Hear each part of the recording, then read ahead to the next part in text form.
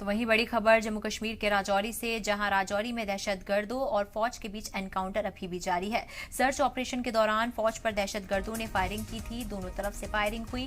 Firing 2 से 3 दहशतगर्दों ने की थी और उनके छिपे होने की भी खबर आ रही है।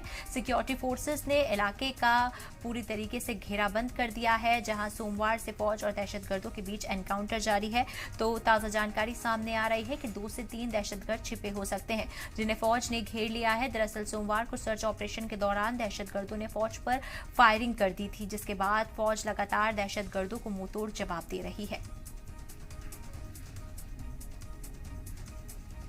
जी मीडिया की टीम इस समय ग्राउंड जीरो पर पहुंच चुकी है, जहां पर आतंकियों के साथ सुरक्षा बलों की जो मुठभेड़ है वो लगातार जारी है। आपको बता दें कि 2 से लेकर 3 आतंकी तत्तापानी के इस इलाके में यहां पर जो है वो छुपे बैठे हैं, जिसके बाद सुरक्षा बलों का जो ऑपरेशन है वो लगातार जारी है। आप देख सकते हैं सुरक्षा बलों की जो टीमें हैं वो लगातार यहां पर पूरी तरह से कॉर्डन किए हुए हैं पूरे इलाके को। और इस तरह की जानकारी है कि 2 से लेकर 3 आतंकी पहाड़ में केव में जो है वो छुपे बैठे हैं, जिनके साथ लगातार गोलियों का तबादला जो है वो जारी है। आपको बता दें कि सुरक्षा बलों को इस तरह के इनपुट थे कि इस इलाके में आतंकी छुपे बैठे हैं और उसके बाद कल ये ऑपरेशन चलाया गया, जिसके बाद अब सुरक्षा बलों को उम्मीद है कि ये आतंकी जो है वो जल्द ही ढेर कर दिए जाएंगे।